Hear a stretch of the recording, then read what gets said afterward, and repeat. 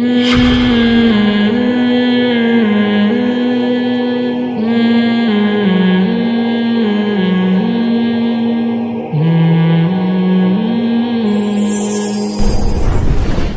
گیا. تو میں یہ عرض کر رہا تھا کہ قرآن مجید میں اللہ تعالیٰ نے نبی کو حکم دیا کہ ان سے کہہ دیجئے میری اس دعوت میں کوئی لالچ نہیں ہے. تو جو بات میں کر رہا تھا، دعوت میں نہ پیسوں کی لالچ ہونی چاہیے، نہ عزت مطلوب ہو، نہ اپنے آپ کو اونچا دکھانا مطلوب ہو. دعوت جھک کے دی جاتی ہے. دیکھو تبلیغی جماعت اتنی کامیاب کیوں ہے، اتنی کامیاب، حالانکہ ایک پیسہ بھی نہیں ملتا، کھانا چائے نسوار پان گٹکا سب اپنے خرچے پہ. جب آپ 1 سال جنگلوں میں پیدل لگا کے آؤ گے تو کوئی ایئرپورٹ پہ پھول لے کے کھڑا ہوا نہیں ہوتا ہے بھائی. نہ دفتر میں کوئی انکریمنٹ لگ جاتا ہے، نہ گورنمنٹ کی طرف سے کہ ماشاء اللہ چونکہ ان کے کوئی سرٹیفکیٹ بھی نہیں ملتا. آپ بتاؤ میں سال لگا کر آئے ہوں، وہ اگلا کیا ثبوت ہے کہ ثبوت تو کچھ بھی نہیں ہے. مدنی مسجد فون بھی کرو گے شاید وہ بھی کہہ لیں ہم تو جانتے ہیں نہیں اس بندے کو ہے کون. کچھ بھی نہیں مل رہا ہوتا، پھر بھی اتنی کامیاب کیوں ہے؟ پھیلتا ہے جو کام پھیل رہا ہے. وجہ کیا ہے کہ جب یہ دعوت دینے کے لیے جاتے ہیں تو اپنے آپ کو چھوٹا بنا کے، یہ نہیں کہ ہم تیرے کو سکھانے آئے ہیں، تجھے کچھ پتہ ہے نہیں بھائی، ہم سیکھنے آئے ہیں، آؤ مسجد میں بیٹھ کے مذاکرہ ہوگا، ہم بھی سیکھیں گے آپ بھی سیکھیں گے، ہم نے تو خود کلمہ پڑھا ہے تو ہم سیکھنے والے. تو یہ جو سیکھتے اور بھائی اور عزت اور کوئی یار کیا کیا باتیں آتی ہیں دماغ میں کھوپڑی میں. ابھی میں ایک واقعہ سنایا نا، جس نے مجھے سنایا تو بس میں آنکھوں سے ضبط نہیں کر پا رہا تھا. حضرت مولانا طاری جمیل صاحب کا واقعہ ہے. ایک شخص آیا مجھ سے ملنے کے لیے، خواجہ سرا ہے. میں تو پہلی دفعہ زندگی میں کوئی خواجہ سرا مجھ سے ملا. میں سمجھا کہ پراپر آدمی ہے، اتنی بڑی اس کی داڑھی اور رنگ ماشاءاللہ بڑی مردانہ وجہ. لیکن جب بات چیت کا انداز ہوتا ہے تھوڑا سا وہ ایٹیٹیوڈ سے اندازہ ہو گیا کہ یہ مکمل مرد نہیں ہے. تو اس نے مجھے خود بتا دیا میں خواجہ سرا ہوں. میں نے کہا بھائی ہم سے ملنے کے لیے کیسے آئے آپ، اتنی بڑی داڑھی آپ کی. اس نے اپنا جو واقعہ سنایا نا، میں 3 دفعہ وہ واقعہ سناتے ہوئے رویا ہوں.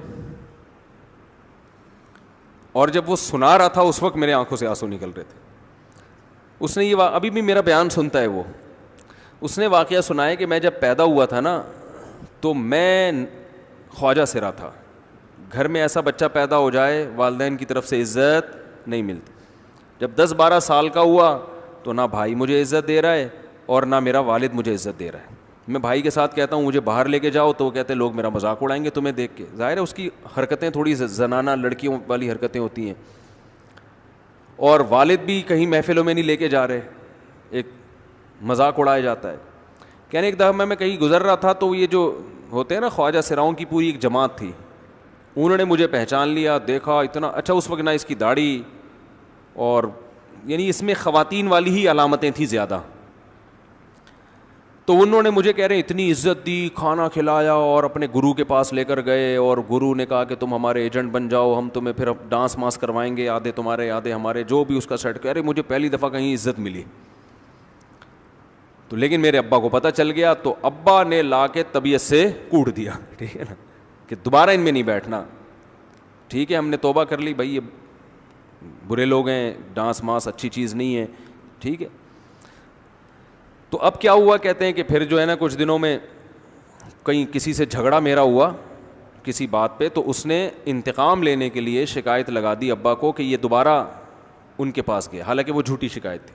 اب ابا کو لگا کہ یہ صحیح کہہ رہا ہے جس نے شکایت لگائی ہے، کیونکہ شبہ تو تھا نا ابا کو دوبارہ جائے گا. ابا نے پھر مارا. تو کہہ رہے ہیں میں بول رہا ہوں کہ میں نے یہ کام نہیں کیا، میں نہیں جا رہا ان کے پاس، میں نہ ناچ گانا سیکھ رہا ہوں، کچھ بھی نہیں. لیکن ابا نے اس کی باتوں میں آ کے انکوائری نہیں کی ہوگی پوری، وہ سمجھے ہوں گے کہ بھئی ایسا ہی ہے. تو ابا نے پھر کٹائی لگائی. تو اس کے دل میں منفی جذبات پیدا ہو گئے اور یہ گھر سے بھاگ گیا کہ بھئی مجھے ویسے تو عزت نہ یہاں مل رہی ہے اور میں ذلت برداشت بھی کر رہا ہوں تو بھی. کہہ رہے میں وہاں چلا گیا. تو جب میں وہاں گیا ہوں نا خواجہ سراؤں کے ہاں، تو وہی گرو اور ڈانس، اور پھر اس نے مشہور کچھ ایکٹروں کے نام بتائے جن کے ساتھ ہم ڈانس کرتے تھے. اور پیسے آنا شروع ہو گئے، آدھے گرو کی جیب میں آدھے ہماری، اور ہٹو بچوں. لیکن ظاہر ہے یہ کوئی عزت دار راستہ تو نہیں ہے نا. کہہ رہے ہیں کہیں سے تبلیغی جماعت میں حضرت مولانا طاری جمیل صاحب آ گئے. انہوں نے اجازت مانگی، ہمارے گرو کو پیغام بھیجا بھائی مجھے ایک دفعہ یہاں آ کے دعوت دینے دو. اس نے اجازت دے دی، آ جاؤ بھائی.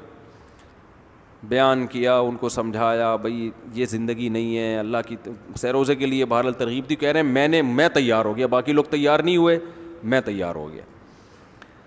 کہہ رہے میں نے گرو سے اجازت لی, اس نے کہا جاؤ لگا لو سہ روزہ.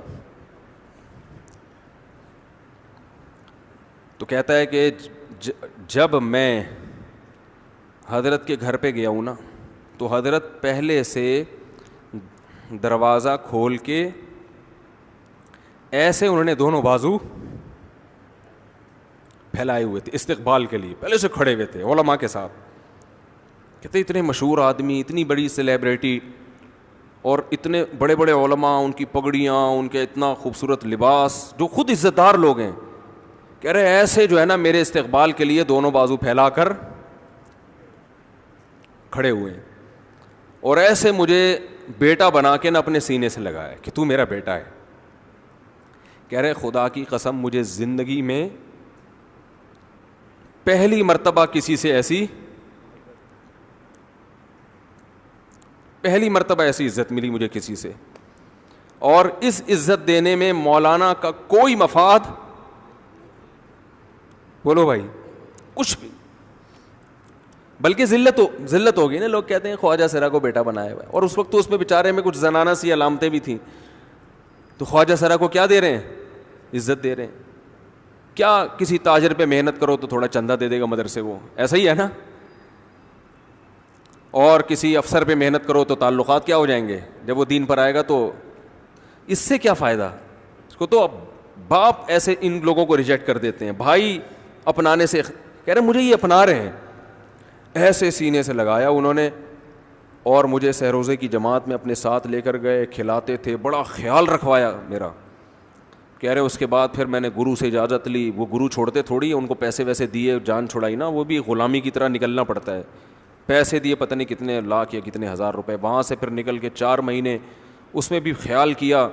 تو پھر تبلیغ کے بزرگوں سے ملا, پھر انہوں نے پورا مجھے بتایا کہ بھائی تم یہ علاج کرو تاکہ تمہارے اندر یہ زنانہ علامتیں ختم ہو. تو وہ علاج کر رہا تھا ماشاء اللہ, انجیکشن لگے, انجیکشن میں ڈاکٹروں کی بھی مدد کروائی.